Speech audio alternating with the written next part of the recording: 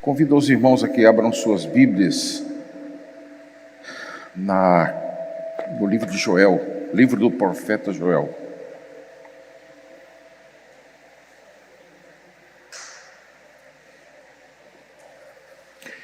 Eu lerei a conclusão, apenas a conclusão. Nós já lemos 2 textos de Joel e eu farei a leitura apenas da conclusão, que é no capítulo 3, versículo 18 a 23. E há de ser que, naquele dia, os montes destilarão mosto, e os outeiros manarão leite, e todos os rios de Judá estarão cheios de águas. Sairá uma fonte da casa do Senhor e regará o vale de Sitim. O Egito se transformará em uma desolação, e Edom se fará um deserto abandonado, por causa da violência que fizeram aos filhos de Judá, em cuja terra derramarão sangue inocente. Judá, porém, será habitada para sempre, e Jerusalém de geração em geração. Eu expiarei o sangue dos que não foram expiados, porque o Senhor habitará em Sião. Meus irmãos, falar sobre o profeta Joel é uma bênção que todo pregador sente quando lê atentamente a sua mensagem, mas não é uma tarefa fácil. Nós sabemos muito pouco dele, e o pouco que sabemos é colocado em dúvida por algumas correntes dentro dos meios evangélicos. Nós sabemos o que está no capítulo 1, versículo 1, quando diz a respeito de Joel, fala de seu pai, e fala de onde ele profetizava, capítulo 1, versículo 1. Palavra do Senhor que foi dirigida a Joel, filho de Petuel. E pelo contexto, Jerusalém. Quando ele viveu? O mais certo é que ele viveu nos últimos dias de Judá. O que aconteceu com Joel? Joel teve uma visão terrível de uma nuvem de gafanhotos que acabava com a terra prometida. E aquela visão levou Joel a refletir a respeito dos dias do Senhor. Meus irmãos, de um modo geral, é isso que você vai encontrar em muitos livros. Entretanto, eu tomo a liberdade de dizer o seguinte: eu creio que não foi visão, eu creio que aconteceu de fato essa invasão, essa praga de gafanhotos que acabou com a cultura, com as terras cultivadas do povo de Deus. Mas não existe nenhum lugar na história que fale disso. Está falando aqui. Não é necessário que existam em outros lugares. Seria bom, mas o período final dos reis foi um período tão turbulento e tão cheio de problemas que os profetas não cobrem tudo o que aconteceu nos últimos dias. Por exemplo, nós temos um caso interessante do profeta Jeremias. Deus mandou que ele escrevesse um pergaminho, um texto, e apresentasse ao rei. O rei recebeu, cortou com o canivete que tinha e jogou no fogo. O manuscrito, o amanuense Baruque, foi falar com ele que a mensagem tinha sido destruída. Aí Deus fala novamente a Jeremias: escreve tudo de novo. E Jeremias escreveu tudo de novo, e o texto acrescenta: e mais algumas coisas. Quais são essas? Onde está esse texto? Vocês estão entendendo, irmãos? Houve muita coisa que aconteceu naqueles anos e que não foi registrado, o Espírito Santo não houve por bem em registrar. É o caso dessa praga de gafanhotos. Provavelmente foi terrível, porque ele toma atitudes reais. Ele não termina a descrição dos gafanhotos dizendo, e eu acordei. Ele toma de atitudes, ele se dirige aos sacerdotes, ele se dirige aos anciãos, ele se dirige ao povo, aos jovens. De um modo geral, você pode dividir o livro em 4 partes, bem claras. Primeiro, você pode ver os gafanhotos e o estrago que eles fizeram. A segunda coisa, você pode ver de forma bem clara as exortações que o profeta aproveita daí para falar ao povo. E em terceiro lugar, você pode ver a respeito de como o profeta aplica isso. O profeta vê nessa praga de gafanhotos o começo do dia do Senhor. E finalmente, você vê as palavras do Senhor Jesus, do Senhor Deus, consolando o seu povo no texto que eu li.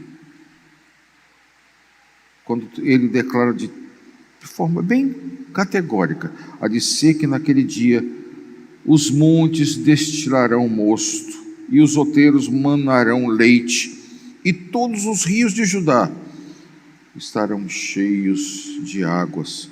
Será uma fonte a casa do Senhor e a casa do sairá uma fonte da casa do Senhor e regará o vale de Sitim. Meus irmãos, vamos analisar por parte e tirar disso uma aplicação para nós hoje, já que está separado por tantas coisas, por muito tempo, por uma cultura diferente. Aqui está falando, todas as figuras são figuras ligadas à agricultura. Dessas figuras agrícolas, ele salta para a invasão de exércitos, em que ele vê os gafanhotos como símbolo disso. Mas certamente o que nós podemos tirar para hoje são as exortações do profeta e a palavra de Deus. Primeiro vamos ver a descrição que ele faz dos gafanhotos. É muito interessante. Está no capítulo 1, a partir do versículo 6. Porque veio um povo contra a minha terra, poderoso e inumerável. Os seus dentes são dentes de leão, eles têm os queixais de uma leoa. Fez de minha vide uma assolação, destroçou a minha figueira, tirou-lhe a casca que lançou por terra. Os seus sarmentos se fizeram brancos. O campo está assolado, a terra está de luto, porque o cereal está destruído. A vide se secou, as oliveiras murcharam. A vide se secou, a figueira murchou, a romeira também, a palmeira e a macieira. Todas as árvores do campo se secaram, e já não há alegria entre os filhos dos homens. Como geme o gado. As manadas de bois estão sobremodo inquietas, porque não tem pasto. Também os rebanhos de ovelhas estão perecendo. O fogo consumiu os pastos do deserto. A aparência, falando especialmente agora do estrago dos gafanhotos, a sua aparência é como de cavalos, e como cavaleiros assim correm, estrondeando como carros, vêm saltando pelos cimos dos montes, crepitando como chamas de fogo que devoram restolho. Como um povo poderoso posto em ordem de combate, diante deles tremem os povos, todos os rostos empalidecem, correm como valentes, como homens de guerra, sobem muros, cada um vai o seu caminho, e não se desvia da sua fileira, não empurra uns os outros, cada um segue o seu rumo, arremetem-se como lanças, não se detêm no seu caminho. Assaltam a cidade, correm pelos muros, sobem as casas, pelas janelas entram como ladrão. Diante deles treme a terra e os céus se abalam. o sol e a lua se escurecem, e as estrelas retiraram seu esplendor. O Senhor levanta a voz diante do seu exército, porque muitíssimo grande é o seu arraial, porque é poderoso quem executa as suas ordens. Sim, o grande dia do Senhor, muito terrível, quem poderá suportar? É interessante que ele vai descrevendo os gafanhotos, passa pela ação deles e diz: isso foi mandado por Deus. E é o prenúncio do dia do Senhor. Jesus usou figura parecida. Quando Jesus estava falando a respeito dos últimos dias, ele diz: olha, mas não vos assusteis, porque isso é apenas o princípio das dores. A praga de gafanhotos, para Joel, era, por assim dizer, o princípio das dores.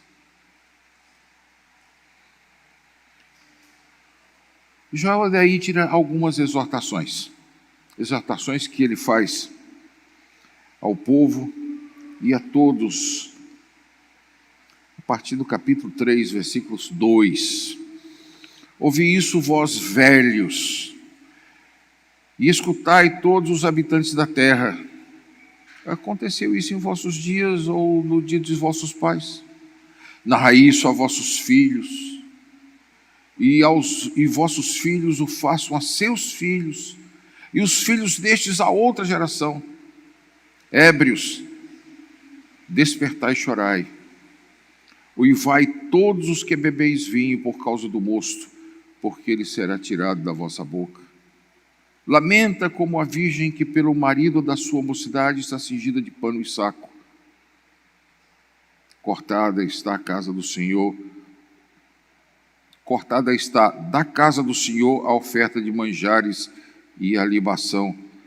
Os sacerdotes, ministros do Senhor, estão enlutados. Envergonhai-vos, lavradores, uivai, vinhateiros, sobre o trigo e sobre a cevada, porque pereceu a messe do campo. Cingi-vos de pano de saco, lamentai, sacerdotes, uivai, ministros do altar, vinde, ministros de meu Deus, passai a noite vestidos de pano de saco, porque a casa do vosso Deus foi cortada. Da casa do vosso Deus foi cortada a oferta de manjares e a libação. Promulgai santo jejum, convocai uma assembleia solene, congregai os anciãos, todos os moradores dessa terra, para a casa do Senhor vosso Deus, e clamai ao Senhor. Ah, que dia! Porque o dia do Senhor está perto, e vem como a assolação do Todo-Poderoso. Acaso não está destruído o mantimento diante de vossos olhos? E da casa do nosso Deus a alegria e o regozijo. A semente mirrou debaixo dos seus torrões. Os celeiros foram assolados, os armazéns derribados, porque se perdeu o cereal. Tocai a trombeta em Sião e dai voz de rebate no meu santo monte. Perturbem-se todos os moradores da terra, porque o dia do Senhor vem e já está próximo.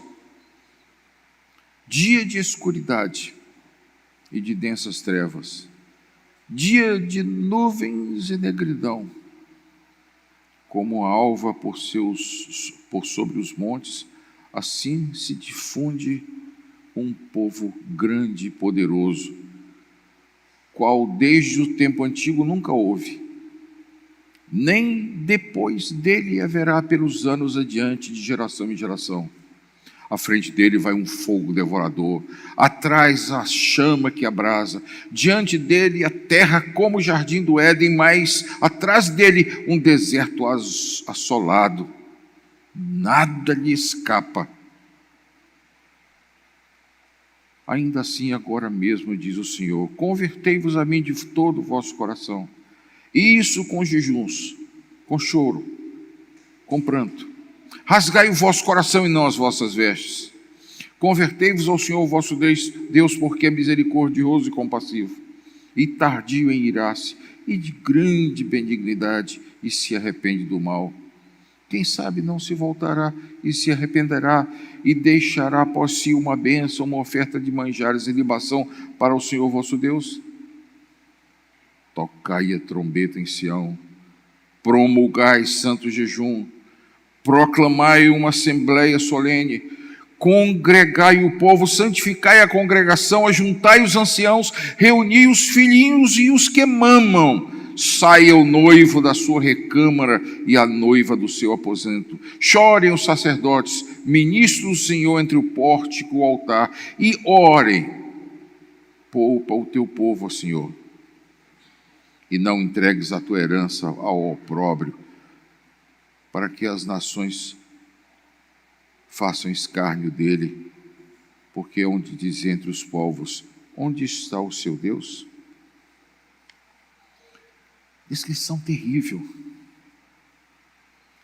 Ainda mais se você considerar que isso aqui, o profeta está vendo como um ato do Senhor contra o seu povo. Irmãos, eu acho que daqui nós já podemos tirar a primeira aplicação. Nós não vivemos no campo. O que nós comemos vem do campo, mas entre nós e o campo tem uma espécie de, o que chama hoje de interface. Nós ganhamos o nosso salário, vamos ao supermercado, compramos aquilo que foi produzido pelo campo.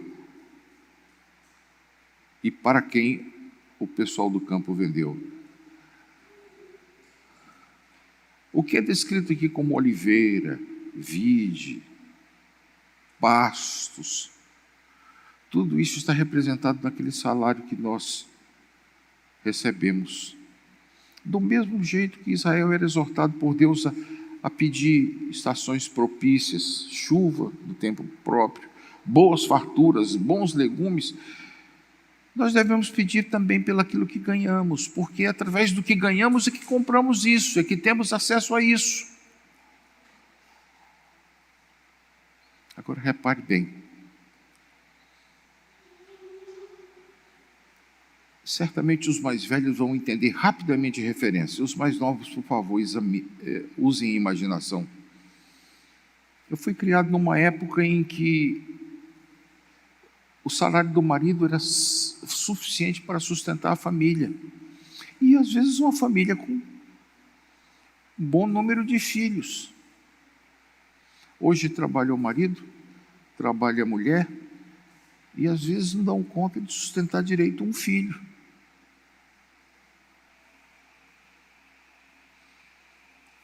O que houve com a economia? O que houve com o produto do campo? Se o produto do campo aqui mingua, o nosso produto do campo, a nossa economia também minguou. E eu não estou falando coisa de sensação. Procurem ver os economistas e examinem.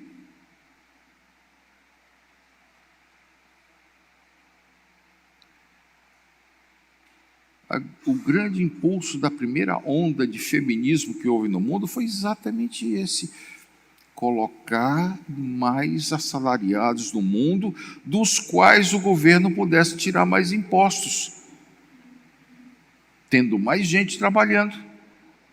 Isso aconteceu antes da Segunda Guerra Mundial. Tendo mais gente trabalhando, mais impostos se pode pagar, mais receita o governo tem, o governo pode se ampliar mais.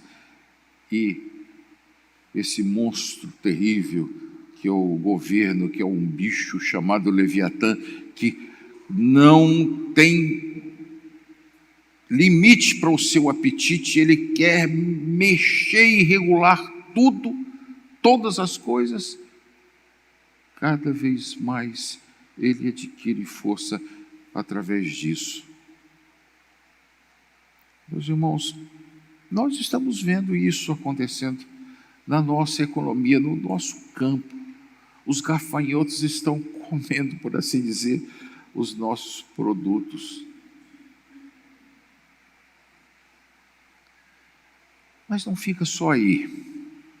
Há outra aplicação que aparece a respeito de como Joel aproveita e coloca este último dia. Veja o capítulo 2, versículo 18.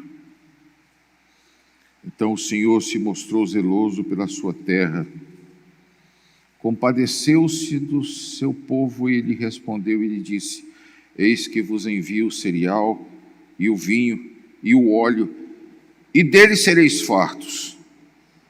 E vos não entregarei mais ao opróbrio entre as nações. Mas o exército que vem do norte, eu removerei para longe de vós, lançá-lo-ei em uma terra seca e deserta. Lançarei sua vanguarda, sua frente para o mar oriental, o Oceano Índico, e a sua retaguarda para o mar ocidental, o Mediterrâneo. Subirá o seu mau cheiro e subirá a sua podridão, porque agiu poderosamente. Não temas, ó terra, regozija-te e alegra-te, porque o Senhor faz grandes coisas. Não temais, animais do campo, porque os pastos do deserto reverdecerão, porque o arvoredo dará seu fruto, e a figueira e a vide produzirão com vigor. Alegrai-vos, pois, filhos de Sião, regozijai-vos no Senhor vosso Deus, porque Ele vos dará em justa medida a chuva, e fará descer como outrora a chuva temporã e serôdia. As eiras se encherão de trigo, os lagares transbordarão de vinho e de óleo. Restituir-vos-ei os anos que foram consumidos pelo gafanhoto migrador, pelo destruidor e pelo cortador, o meu grande exército que enviei contra vós outros.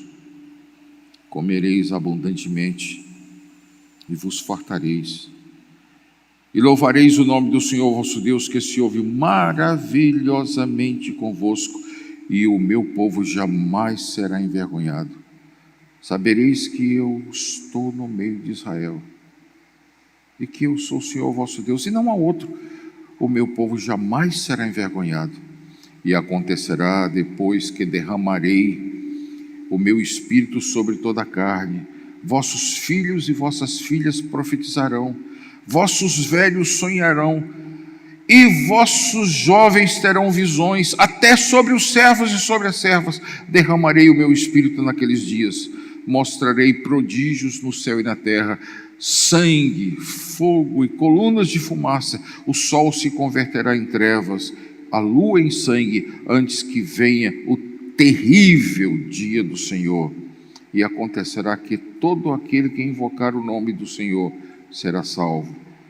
Porque no monte de Sião e em Jerusalém estarão os que forem salvos, como o Senhor prometeu, e entre os sobreviventes, aqueles que o Senhor chamar. Essa é a profecia que Pedro leu do dia de Pentecostes. Pedro estava dizendo: o que está acontecendo hoje é o começo do dia do Senhor. É interessante que quando Joel falou isso, ele estava dizendo: a praga de gafanhotos é o começo do dia do Senhor. Poxa, mas que dia é esse que não vem? Meus irmãos, o dia do Senhor é mais ou menos como o que acontece em nossas vidas. Nós sabemos que um dia nós haveremos de morrer, mas a morte se apresenta para nós de modo paulatino. Aqueles que não têm nenhum problema de saúde percebem com o passar dos anos que já não tem mais vigor nos braços, nas pernas. Eclesiastes 12 tem uma lista que inclui até os cabelos brancos. É o dia do Senhor dizendo: estou próximo. Aqueles que têm problemas de saúde sabem muito bem que a cada vez que um filho de Deus fica doente ou de cama, ele é chamado por Deus para olhar para cima, para repensar a sua vida. É como se ele estivesse escutando os seus ouvidos: põe em ordem a tua casa, ou nas palavras do Senhor, presta contas da tua mordomia. O Senhor vem anunciando o seu dia há muito tempo, desde os tempos de Joel. Passou pelo Pentecostes e nós continuamos cada vez mais perto da chegada deste último dia. O que aconteceu diferente do Pentecostes é que Pedro toma essa profecia, e onde está? Capítulo 2, 28, que diz, no hebraico, e acontecerá depois que derramarei o meu espírito. Pedro diz, e acontecerá nos últimos dias. Para Pedro, iniciava-se uma era chamada últimos dias, na qual nós estamos vivendo. E essa era chamada últimos dias corre para o último dia.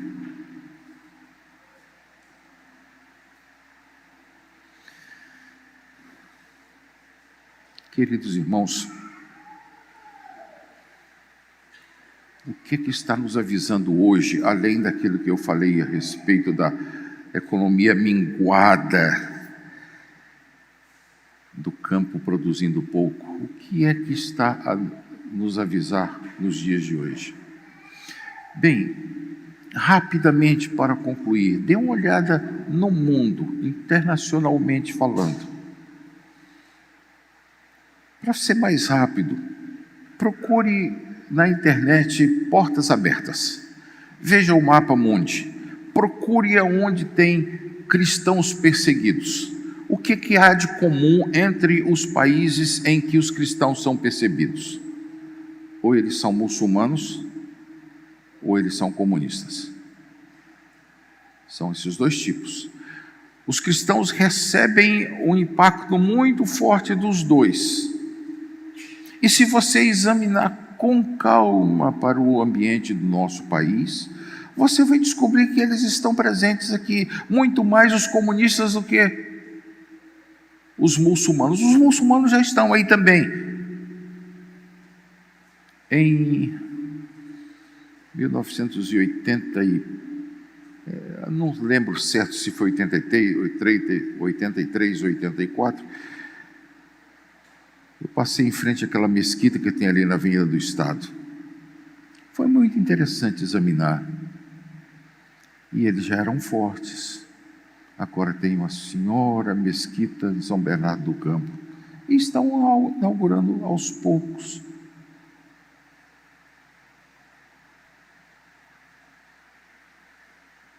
Mas e o comunismo? Meus irmãos, o comunismo se instalou aqui desde o começo do século passado. Hoje nós temos um governo que tenta reverter isso. Mas o comunismo está dentro da nossa literatura. Me mostre um só autor de literatura brasileira, me mostre um só que não tenha pensamento esquerdista.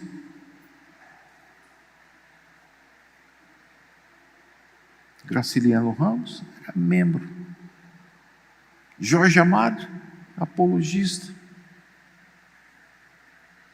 Talvez Euclides da Cunha, mas não batia muito bem, tanto é que morreu por uma briga tola e foi um grande escritor. Nossa cultura é comunista.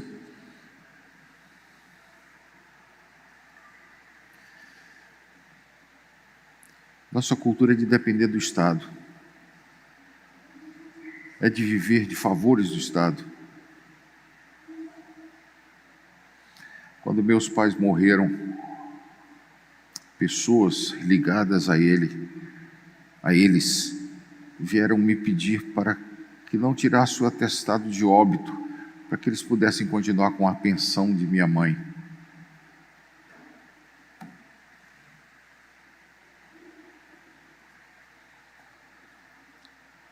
Nós dependemos de favores e nós temos uma mente do coitadinho que recebe do Estado como se o Estado fosse o grande pai. Mas o que tem isso a ver? Está anunciando o dia do Senhor. Vocês se lembram quando os homens tentaram fazer uma grande torre cujo cume atingisse os céus? Eu não creio que isso fosse uma descrição exatamente física. Eu acho que era mais uma metáfora, porque torres maiores do que a de Babel nós temos hoje. Não precisa sair de São Paulo para vê-las. O que os homens queriam fazer era alguma coisa que simbolizasse o seu reino único, humano. E Deus veio e confundiu a sua língua. O juízo de Deus foi extremamente simples, confundiu a língua. O dia do Senhor chegou para aquele povo confundindo-lhes a língua. E eles foram espalhados pela face da terra. Mas se você examinar com calma, a terceira ameaça que nós temos nos dias de hoje é exatamente essa tentativa de juntar-se mundialmente, blocos econômicos mundiais se juntando com outros. Até projeto de governo mundial como Nações Unidas, que antes era a Liga das Nações, mas se tornou mais forte como Nações Unidas, que impõe determinadas coisas. Vai ter uma taxa de tantos por cento de vacinação, uma taxa de tantos por cento disso, daquilo outro, e o nosso governo simplesmente acata. Graças a Deus está começando a se revoltar. Mas essa tentativa de fazer um governo mundial é exatamente o Salmo 2: sacudamos de nós o seu jugo, soltemos de nós as suas amarras. É construir um governo que seja contra o Senhor Jesus, o seu reino, o poder do nosso Deus. Essa tentativa, irmãos, de fazer a humanidade ser apenas uma, ela se apresenta de uma forma muito interessante nas coisas mais corriqueiras.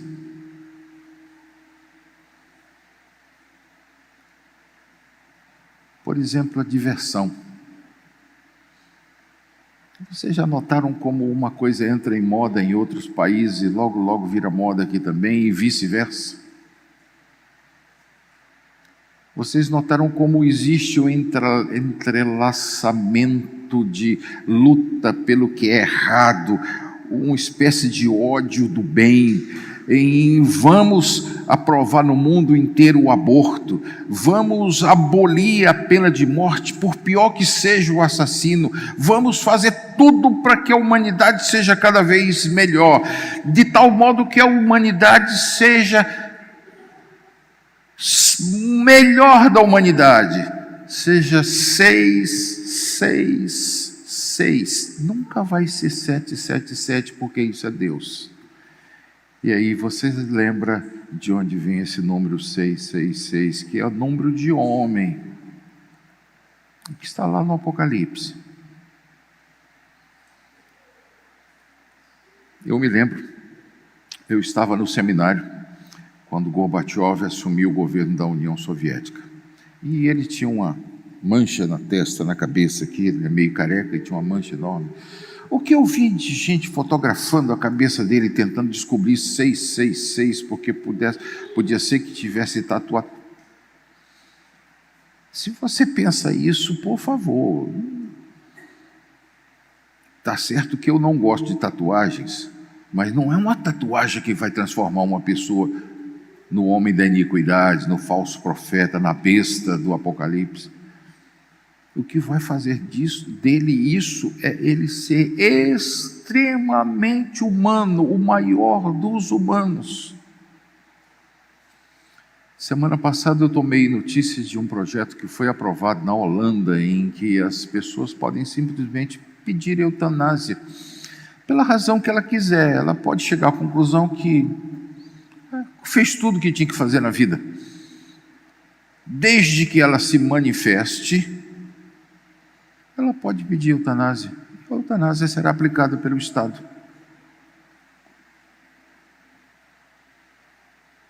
Isso é a humanidade levada ao extremo. E é o Estado sendo o agente disso. É o Estado juntando todos contra Deus. Mas acontecerá depois daqueles dias que eu derramarei o meu espírito sobre toda a carne.